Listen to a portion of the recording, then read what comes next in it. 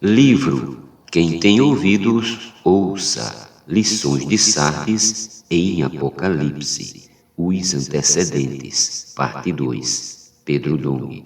Capítulo 3. Tema desta semana: o ambiente para a chegada da igreja em Sardes. Parte 2. Meta de hoje: leitura das páginas 41 a 43.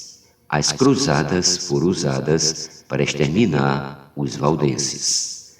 Ainda discorrendo sobre os valdenses, vimos que posteriormente o Papa usou as cruzadas não mais para reconquistar Jerusalém, mas para exterminar os que ele chamava de hereges, ou seja, os albigenses e valdenses, que eram os comportores daquela época. Por isso, se você é comportor e sofre perseguição, isso é normal. Já aconteceu de forma terrível no passado.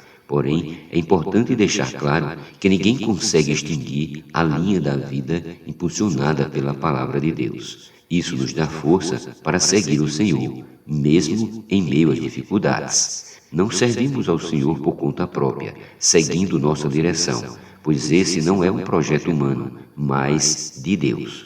Portanto, não há perigo de falhar. A grande perseguição da cruzada papal contra os valdenses foi no século XIII. Nessa época, eles habitavam nos vales dos Alpes e tiveram que fugir para a Suíça, Morávia e Boêmia.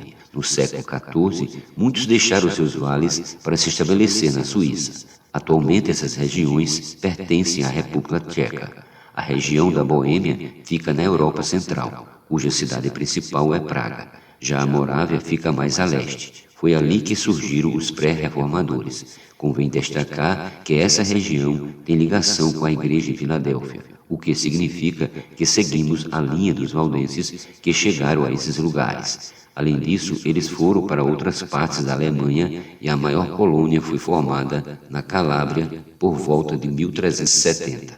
Ali construíram escolas e ensinaram a Bíblia de maneira pura e simples. Um pouco mais adiante, entre os anos 1560 e 1594, foram vítimas de massacres, saques, torturas, extorsão e morte por fome.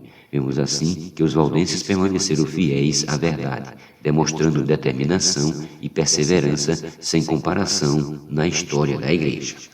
John Wycliffe, vítima da bula papal.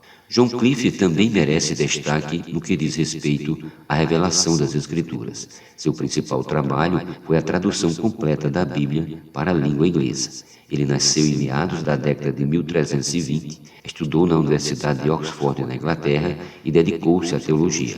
Contudo, não se aplicou aos dogmas áridos que eram apresentados na época, pois queria conhecer e se aprofundar nas Sagradas Escrituras. Assim, logo percebeu a incompatibilidade das normas do clero com os ensinamentos de Jesus e seus apóstolos.